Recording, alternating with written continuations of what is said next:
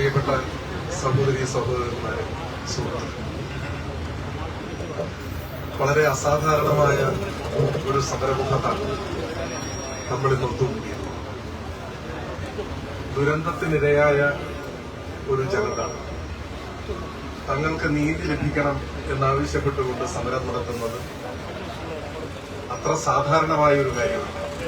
കാരണം ഏത് കാലത്ത് ഏത് നാട്ടിൽ ദുരന്തമുണ്ടായാലും മറ്റെല്ലാ അഭിപ്രായ ഭിന്നതകൾക്കും അപ്പുറത്ത് ദുരന്തബാധിതരെ ചേർത്ത് പിടിക്കാനും അവർക്ക് ഐക്യദാർഢ്യം പ്രകടിപ്പിക്കാനും ദുരന്തത്തിൽ നിന്നും ബാധിതരായ ജനതയെ കൈപിടിച്ച് സാധാരണ ജീവിതത്തിലേക്ക് നയിക്കാനും മനുഷ്യരായി പിറന്ന സകലരും പരമാവധി പരിശ്രമിക്കും എന്ന കാര്യത്തിൽ ഒരു സംശയവും ലോകത്തെവിടെയും ഉണ്ടാകും. അതുകൊണ്ടാണ് ഇതൊരു അസാധാരണമായ സമരമാണ് എന്ന് സൂചിപ്പിക്കാൻ കാരണം. ഒരുപക്ഷെ നമ്മുടെ രാജ്യത്ത് തന്നെ ആദ്യമായിട്ടാകാം ദുരന്തമുഖത്ത് ഇരയായിട്ടുള്ള ജനങ്ങളെ ഇത്ര ക്രൂരമായി പരിഹസിക്കുകയും അവരെ കൂടുതൽ കടുത്ത ശിക്ഷയിലേക്ക് എന്ന പോലെ കേന്ദ്ര സർക്കാർ സമീപനം സ്വീകരിക്കുകയും ചെയ്യുന്നു. ഇവിടെ മുൻപ് സംസാരിച്ചവരെല്ലാം സൂചിപ്പിച്ചു, നമ്മുടെ നാട് കണ്ട ഏറ്റവും ആഘാതമേറിയ ദുരന്തമാണ് വയനാട്ടിലുണ്ടായത്. മുൻപൊരിക്കൽ ഒരു എഴുത്തുകാരൻ പറഞ്ഞിട്ടുണ്ട്, മലയാളികൾ അനുഗ്രഹിക്കപ്പെട്ട ഒരു ജനതയാണ്. കാരണം ലോകത്തിലെ മറ്റു പല ഭാഗങ്ങളുമായി താരതമ്യപ്പെടുത്തുമ്പോൾ വൻ ദുരന്തങ്ങൾ വേട്ടയാടിയ ഒരു അനുഭവം നമുക്കില്ല. അദ്ദേഹം ചൂണ്ടിക്കാട്ടിയത് ആയിരങ്ങളുടെ ജീവനാശത്തിനിടയാക്കിയിട്ടുള്ള വലിയ ഭൂകമ്പങ്ങളോ അഗ്നിപർവ്വത സ്ഫോടനങ്ങളോ മഹാപ്രളയങ്ങളോ ഒന്നും കേരളത്തെ വേട്ടയാടിയിട്ടില്ല. അതുകൊണ്ട് താരതമ്യേന ദുരന്തരഹിതമായ ജീവിതം നയിക്കാൻ കഴിയുന്ന അനുഗ്രഹീതമായ ഒരു ഭൂപ്രദേശവും ജനതയുമാണ് കേരളവും മലയാളികളും എന്നാണ് അദ്ദേഹം. അതായിരുന്നു. എന്നാൽ ആ ഒരു സാഹചര്യത്തിന് ചെറിയ മാറ്റമുണ്ടാവുന്നത് കഴിഞ്ഞ ഏതാനും വർഷങ്ങളായി നാം കാണുന്നു. നൂറ്റാണ്ടിലെ മഹാപ്രളയം എന്ന് വിശേഷിപ്പിക്കപ്പെട്ട 2018 പ്രളയം അതിലൊന്നായി. ലോകത്തെ മുഴുവൻ കോവിഡ് വേട്ടയാടിയപ്പോൾ കേരളത്തെയും ബാധിച്ചു. പക്ഷെ അതിനെയെല്ലാം അസാധാരണവും അവിശ്വസനീയവുമായ ഇച്ഛാശക്തിയോടെ ജനതയുടെ മഹത്തായ ഐക്യത്തോടെ നമുക്ക് മറികടക്കാൻ കഴിഞ്ഞു ഒരു പരിധി. എന്നാൽ ആ ദുരന്തങ്ങളിൽ നിന്നെല്ലാം തുലവും വ്യത്യസ്തമാണ് വയനാടിന് അനുഭവിക്കേണ്ടി വന്നു. ഒരു നിമിഷാർത്ഥത്തിൽ സകലതും നഷ്ടപ്പെട്ടു പോയ ഒരു ജനത. നമ്മുടെ നൂറുകണക്കിന് സഹോദരങ്ങൾക്ക് ജീവൻ നഷ്ടപ്പെട്ടു. പലരുടെയും മൃതശരീരം പോലും വീണ്ടെടുക്കാൻ കഴിഞ്ഞില്ല.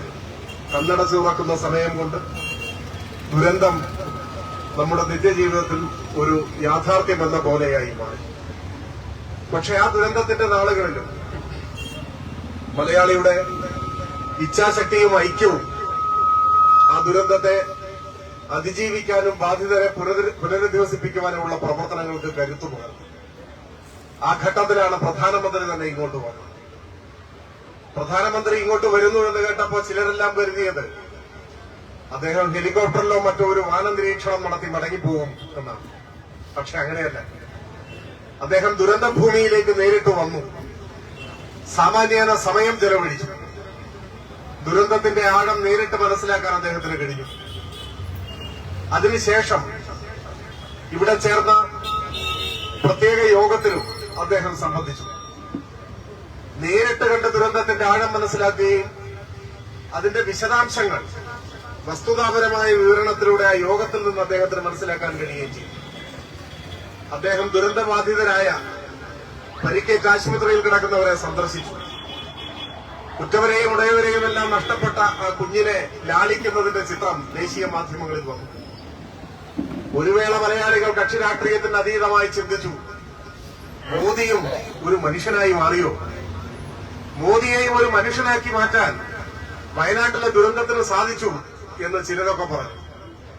പക്ഷെ അത് വെറുമൊരു തോന്നലായിരുന്നു. RSS എന്നും RSS തന്നെയാണെന്ന്. ഒരു ദുരന്തത്തിനും ഹൃദയത്തെ പിടിച്ചുവെക്കുന്ന ഒരു അപകടത്തിലും ദയനീയമായ ഒരു സംഭവത്തിനും RSSനെ മനുഷ്യനാക്കാനാവില്ല എന്നും ഇപ്പോ ആളുകൾ ശരിയായി തിരിച്ചറിയുന്നുണ്ട്. വാക്ക് പറഞ്ഞു പോയ പ്രധാനമന്ത്രിയിൽ നിന്നും ചില്ലിക്കാശിന്റെ സഹായം വയനാടിന് വേണ്ടി ഇതുവരെ ലഭിച്ചിട്ടില്ല. ഇപ്പോഴാണ് ആളുകൾ മനസ്സിലാക്കുന്നത് വാനനിരീക്ഷണം നടത്താതെ നേരിട്ട് ദുരന്തഭൂമിയിൽ പ്രധാനമന്ത്രി കടന്നു വന്നത് ദുരന്തത്തിന്റെ ആഴം മനസ്സിലാക്കി ജനങ്ങളെ സഹായിക്കുന്നതിനുള്ള പദ്ധതികൾക്ക് നേതൃത്വം കൊടുക്കാനായിരുന്നില്ല. പ്രധാനമന്ത്രി വന്നത് ഒരു ഡിസാസ്റ്റർ ടൂറിസ്റ്റ് ആയിട്ടായിരുന്നു. മനസ് RSSന്റേതാണ്.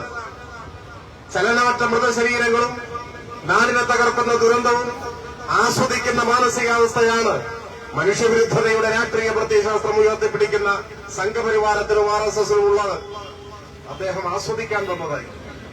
തകർന്ന വയനാടിനെ, മലയാളിയുടെ കണ്ണുനീരിനെ, ഇനിയും വീണ്ടെടുക്കാനാവാത്ത ഉറ്റവരുടെയും ഉടയവരുടെയും മൃതശരീരങ്ങൾ, അവർ മരിച്ചോ എന്ന് പോലും ഉറപ്പില്ലാത്തവർ ഈ അരക്ഷിതാവസ്ഥയുടെ ഈ ദുരന്തത്തിന്റെ മുഖത്ത് ആസ്വദിക്കുന്ന മാനസികാവസ്ഥയുമായി കടന്നു വന്ന ആളായിരുന്നു അദ്ദേഹം എന്നാണ് ഇപ്പൊ മനസ്സിലാക്കാൻ കഴിയും. ഇങ്ങനെയൊരു ദുരവസ്ഥ നമ്മുടെ രാജ്യത്തെ ഒരു ഭൂപ്രദേശത്തിനും ഇതിനു മുൻപ് നേരിടേണ്ടി വന്നിട്ടില്ല.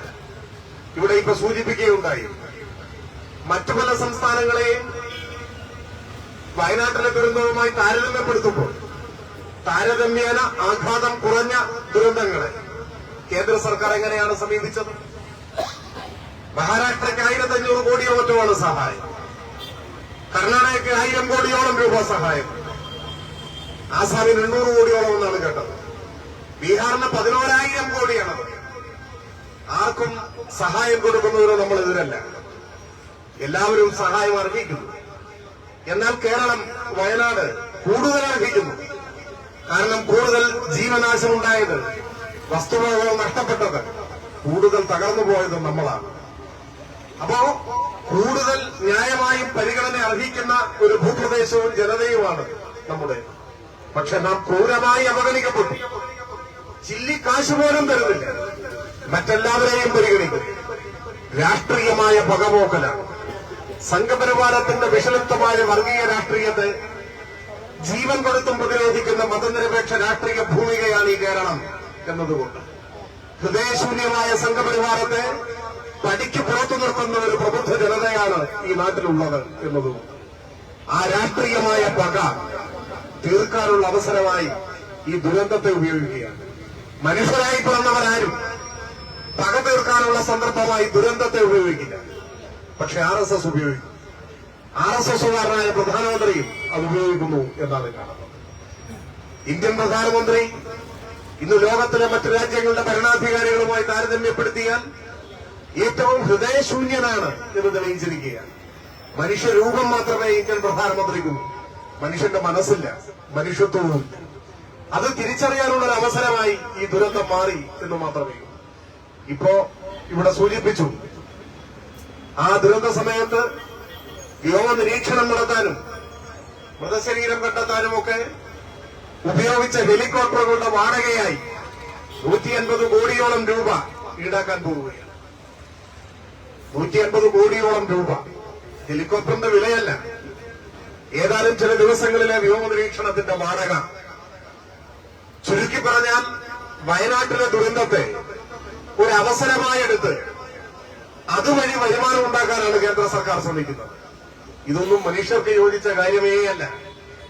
കേരളത്തിലൊരു ദുരന്തമുണ്ടായാൽ ആ ദുരന്ത രംഗത്ത് രക്ഷാപ്രവർത്തനത്തിനെന്ന പേരിൽ അയക്കുന്ന ഹെലികോപ്റ്ററിന്റെ വാടക ഇനത്തിൽ അന്യായ തുക ഈടാക്കുക പണമുണ്ടാക്കാനുള്ള ഒരു അവസരമായി നമ്മുടെ നാടിന്റെ ദുരന്തത്തെയും ഉപയോഗിക്കുന്ന ഹൃദയശൂന്യതയാണ് നമുക്ക് കാണാൻ കഴിയുക. ഇതെല്ലാം എതിരായാണ് ഈ സമരം ഉയർന്നു വന്നിട്ടുള്ളത്. സമരത്തിന് നേതൃത്വം കൊടുക്കുന്നത് LDF ആണെങ്കിലും സമരം കേരളത്തിന്റെ പൊതുവായ സമരമാണ്. ഈ സമരത്തിൽ കേരളത്തിൽ കക്ഷി രാഷ്ട്രീയത്തിന് അതീതമായി സകല മനുഷ്യരുടെയും മനസ്സുണ്ട്. നമുക്ക് ഉറപ്പുണ്ട്, രാഷ്ട്രീയ കാരണങ്ങളാൽ വിയോജിക്കുമെങ്കിലും BJPയിൽ ഉൾപ്പെടെ മനസാക്ഷിയുടെ കണികയെങ്കിലുമുള്ള ആരെങ്കിലും അവശേഷിക്കുന്നുണ്ടെങ്കിൽ അത്തരക്കാരും മാനസികമായി ഈ സമരവുമായി ഐക്യപ്പെടും. പതാകകളുടെ നിറഭേദങ്ങൾക്കപ്പുറത്ത് ഇടതുപക്ഷം കേരളത്തിന്റെ പൊതുവികാരത്തിനൊരു സമര രൂപം നൽകുന്നു എന്ന് മാത്രമേ. ഈ സമരത്തിന്റെ അടുത്ത ഘട്ടമെന്ന നിലയിൽ ഈ അവഗണന തുടർന്നാൽ ഡൽഹിയിൽ പ്രധാനമന്ത്രിയുടെ വീടിന് മുന്നിൽ വയനാടിന്റെ പ്രതിഷേധം ഉയർത്താനാണ് വയനാട്ടിലെ ഇടതുപക്ഷ ജനാധിപത്യ മുന്നണി നേതൃത്വം തീരുമാനിച്ചിട്ടുള്ളത് എന്നിവിടെ സൂചിപ്പിക്കുകയുണ്ടായി. നമുക്ക് സമരമല്ലാതെ പോംവഴിയില്ല. ദുരന്തമുഖത്ത് തകർന്നടിഞ്ഞ ഒരു നാടിന്റെ പൊതുവായ ദുഃഖം പേറി നിൽക്കുന്ന ഒരു ജനത നീതിക്ക് വേണ്ടി പിന്നെയും പിന്നെയും സമരം ചെയ്യണം എന്ന് പറയുന്നത് ഒരുപക്ഷെ ലോകത്തെവിടെയും കാണാത്ത ഒരു കാര്യമാണ്, ഒരു നിർഭാഗ്യമാണ്. പക്ഷെ നമ്മുടെ രാജ്യത്ത് ഇന്ന് അതല്ലാതെ മറ്റു മാർഗമില്ല.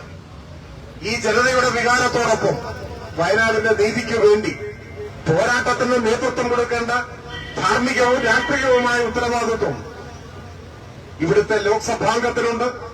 പ്രത്യേകിച്ച് അവർ കോൺഗ്രസിന്റെ വഹിക്കുന്ന പദവിയുടെ അടിസ്ഥാനത്തിലല്ല, സകല തീരുമാനങ്ങൾക്കും നേതൃത്വം കൊടുക്കുന്ന കുടുംബാംഗം എന്ന നിലയിൽ കൂടി സവിശേഷ പ്രസക്തിയുള്ള വ്യക്തിത്വമാണ് ഇവിടുത്തെ ലോക്സഭാംഗം എന്നതുകൊണ്ട് ആ ഉത്തരവാദിത്വമുണ്ട്. എന്നാൽ ആ ഉത്തരവാദിത്വം നിർവഹിക്കുന്നതല്ല ഇപ്പോ കാണുന്നത്. അവർ ലോക്സഭാംഗമായിട്ട് അധിക സമയമായിട്ടില്ല. അതുകൊണ്ട് തന്നെ ആ നിലയിലുള്ള ഒരു പരിശോധനയ്ക്കോ വിലയിരുത്തലിനോ ഞാൻ മുതിരുന്നുമില്ല. അവരല്ലെങ്കിലും കുടുംബാംഗം തന്നെ ആയിരുന്നു ഇവിടെ എന്നെല്ലാവർക്കും അറിയാം. വിശേഷിച്ച് കാര്യമൊന്നുമില്ലെങ്കിൽ ഞാൻ പറഞ്ഞു വന്നത്, ഈ ദുരന്തത്തിൽ വയനാടിനെ അങ്ങേയറ്റം ദ്രോഹിച്ച, ഏറ്റവും ക്രൂരമായ സമീപനം സ്വീകരിച്ച, ചില്ലിക്കാശു സഹായിക്കാത്ത, ആധുനിക കാലഘട്ടത്തിൽ ഇങ്ങനെയും ഒരു ഭരണകൂടമോ എന്ന് സംശയിക്കത്തക്ക നിലപാട് സ്വീകരിച്ച കേന്ദ്രത്തിനെതിരെ വയനാടിന് നീതി ലഭ്യമാക്കുന്നതിന് വേണ്ടിയുള്ള പ്രതിഷേധത്തിനും സമരത്തിനും നേതൃത്വം കൊടുക്കുന്നതിന് പകരം അവർ കേന്ദ്ര സംസ്ഥാന സർക്കാരുകളെ ഒരേപോലെ വിമർശിക്കുന്നതാണ് കാണുന്നത്. അത് വിചിത്രമാണ്. അത് സ്ഥിരബുദ്ധിയുള്ളവരിൽ നിന്ന് പ്രതീക്ഷിക്കുന്ന ഒരു കാര്യമല്ല. കേരളത്തിലെ ഇടതുപക്ഷ ജനാധിപത്യ മുന്നണിയുടെ ഗവൺമെന്റ് ഇനി കേന്ദ്രം സഹായിച്ചില്ലെങ്കിലും മൊത്തം മലയാളികളുടെയും പിന്തുണയോടെ വയനാടിന്റെ പുനരധിവാസം മാതൃകാപരമായി ഏറ്റെടുക്കും എന്ന് പ്രഖ്യാപിച്ചിട്ടുള്ളതാണ്. ഒരു സംശയവും അതിൽ വേണ്ട. സംഘപരിവാർ ഭരണകൂടം ഇന്ത്യയുടെ പ്രധാനമന്ത്രി മനുഷ്യത്വരാഹിത്യത്തിന്റെയും കൊടുക്രൂരതയുടെയും ആൾരൂപമായി, സർക്കാർ രൂപമായി നിലനിൽക്കുമ്പോഴും നിങ്ങൾ സഹായിച്ചില്ലെങ്കിലും ആ ഹൃദയശൂന്യതയെ തുറന്നു കാട്ടുകയും തുറന്നെതിർക്കുകയും ചെയ്തുകൊണ്ട് മലയാളികളുടെ എല്ലാം പിന്തുണയോടെ സംസ്ഥാന സർക്കാർ ഏറ്റെടുക്കേണ്ട ഉത്തരവാദിത്വം ഏറ്റെടുത്ത് മുൻപോട്ട് പോകും എന്നാണ് മുഖ്യമന്ത്രി പ്രഖ്യാപിച്ചിട്ടുള്ളത്. ഇപ്പൊ തന്നെ പുനരധിവാസത്തിന്റെ ആദ്യഘട്ടം എന്ന നിലയിൽ അടിയന്തര നടപടി സ്വീകരിച്ചു കഴിഞ്ഞതാണ്. പ്രതിമാസ വാടക സർക്കാർ ഖജനാവിൽ നിന്ന് കൊടുത്താണ് ദുരന്തബാധിതരായ കുടുംബങ്ങളെ ഇപ്പോ വാടക വീടുകളിലായി താൽക്കാലിക പുനരധിവാസം യാഥാർത്ഥ്യമാക്കിയിട്ടുണ്ട്. സർക്കാർ നടപടിയാണ്. ചില്ലിക്കാശ് കിട്ടിയിട്ടില്ല. കേരളത്തിൽ നിന്നുള്ള കേന്ദ്രമന്ത്രിമാരെ കുറിച്ച് ഇവിടെ പരാമർശിക്കുന്നതേ ഉചിതമല്ല. കാരണം സാമാന്യമായ ഗതിയിൽ ഒരു പരാമർശത്തിന് പോലും യോഗ്യതയില്ലാത്ത വിധം ഉള്ള ചില രൂപത്തിലൊക്കെ മനുഷ്യരെ പോലെ തന്നെ ഉള്ള ആളുകളാണ് ഇവിടെ നിന്നുള്ള കേന്ദ്രമന്ത്രിമാർ. അതിനപ്പുറം വേറെ കാര്യമൊന്നും. സ്ഥിരമായ പുനരധിവാസത്തിന് സ്ഥലം കണ്ടെത്തി അതിന്റെ ഏറ്റെടുക്കൽ നടപടികളിലേക്ക് കടക്കുന്നു. അവിടെയുള്ള സാങ്കേതിക തടസ്സങ്ങൾ പരിഹരിക്കുന്നതിനുള്ള കൂടിയാലോചനകളും മറ്റ് നടപടികളുമാണ് ഇപ്പോൾ നടന്നുകൊണ്ടിരിക്കുന്നത്. എന്തായാലും സവിശേഷമായ വേഗതയിൽ വയനാട് പുനരധിവാസം, ആ പുനരധിവാസ പ്രവർത്തനത്തിന് നേതൃത്വം കൊടുക്കാനാണ് കേരളത്തിലെ ഗവൺമെന്റ് നടപടികൾ സ്വീകരിച്ചിട്ടുള്ളത്. ആ കാര്യത്തിൽ ആർക്കും ഒരു സംശയവും വേണ്ട. പ്രിയങ്ക ഗാന്ധി അതിനെക്കുറിച്ച് ആശങ്കപ്പെടേണ്ടതില്ല. ആ കാര്യം ഇവിടെ ഉറപ്പാണ്. എന്നാൽ കേന്ദ്ര സർക്കാർ സ്വീകരിക്കുന്ന ശത്രു രാജ്യങ്ങളോട് പോലും സ്വീകരിക്കാത്ത തകയോടുകൂടിയ ഈ സമീപനം, മനുഷ്യത്വം തൊട്ടുതീണ്ടിയിട്ടില്ലാത്ത സമീപനം, ആധുനിക കാലത്ത് ചിന്തിക്കാനാവാത്ത ഹൃദയശൂന്യത, അതിനെതിരായി കേരളീയർ ഒന്നടങ്കം വരും ദിവസങ്ങളിൽ കൂടുതൽ കരുത്തുറ്റ പ്രതിഷേധവുമായി രംഗത്ത് വരും എന്ന കാര്യത്തിൽ സംശയമില്ല. ഈ സംസ്ഥാനമാകെ കക്ഷി രാഷ്ട്രീയ ചിന്താഗതികൾക്കെല്ലാം അതീതമായി വയനാടിനോടൊപ്പമാണ് എന്ന കാര്യത്തിലും സംശയമില്ല. ഈ ഒരു അവസരം സംഘപരിവാർ രാഷ്ട്രീയത്തിന്റെ ഹൃദയശൂന്യത ജനങ്ങൾക്ക് തിരിച്ചറിയാനുള്ള ഒരു അവസരമായി കൂടി മാറുന്നുണ്ട് എന്ന് മാത്രമേ ഈ ഘട്ടത്തിൽ സൂചിപ്പിക്കാനുള്ളൂ. ഇടതുപക്ഷ ജനാധിപത്യ മുന്നണിയുടെ നേതാക്കന്മാരെല്ലാം ഈ വേദിയിലുണ്ട്. അവരെല്ലാവരും സംസാരിക്കും. ഞാൻ കൂടുതൽ ദീർഘിപ്പിക്കുന്നില്ല. നമ്മുടെ മുന്നിൽ പോരാട്ടമല്ലാതെ മറ്റു കോമ്പിടികളൊന്നുമില്ല. ജനാധിപത്യത്തിൽ സമരത്തിനും പ്രതിഷേധത്തിനും വിയോജിപ്പുകൾക്കും വലിയ പ്രസക്തിയുണ്ട്. പക്ഷേ ജനാധിപത്യ രീതിയിൽ തിരഞ്ഞെടുക്കപ്പെട്ടവരാണെങ്കിലും ജനാധിപത്യ മൂല്യങ്ങളോട് കൂറ് പ്രകടിപ്പിക്കാത്ത ഇന്നത്തെ ഇന്ത്യ ഗവൺമെന്റിനെ സംബന്ധിച്ചിടത്തോളം പ്രതിഷേധങ്ങൾക്ക് എത്രമാത്രമാണ് കാതുകൊടുക്കുക എന്ന് നമുക്കിപ്പോ പറയാൻ കഴിയില്ല. പക്ഷേ മുഴുവൻ മലയാളികളുടെയും സംഘടിതമായ ഈ പ്രതിഷേധ ശബ്ദത്തെ അവഗണിച്ച് മുൻപോട്ട് പോകാൻ, എക്കാലത്തും മുൻപോട്ട് പോകാൻ ഒരു രാഷ്ട്രീയ പാർട്ടി എന്ന നിലയിൽ ബി.ജെ.പിക്കോ BJP നേതൃത്വം കൊടുക്കുന്ന ഗവൺമെന്റിനോ സാധിക്കും എന്നും തോന്നുന്നില്ല. ആ വരാനിരിക്കുന്ന സമരമുഖങ്ങളിൽ വർദ്ധിത വീര്യത്തോടെ അണിനിരന്ന് വയനാടിന്റെ നീതിക്ക് വേണ്ടിയുള്ള പോരാട്ടം നമുക്ക് കൂടുതൽ കരുത്തോടെ തുടരാം എന്ന് മാത്രം ആശിച്ചുകൊണ്ട് ഞാൻ എന്റെ എളിയ വാക്കുകൾ അവസാനിപ്പിക്കുന്നു. എല്ലാവർക്കും CPIM-ന്റെ പേരിൽ അഭിവാദ്യങ്ങൾ അർപ്പിക്കുന്നു. അഭിവാദ്യം.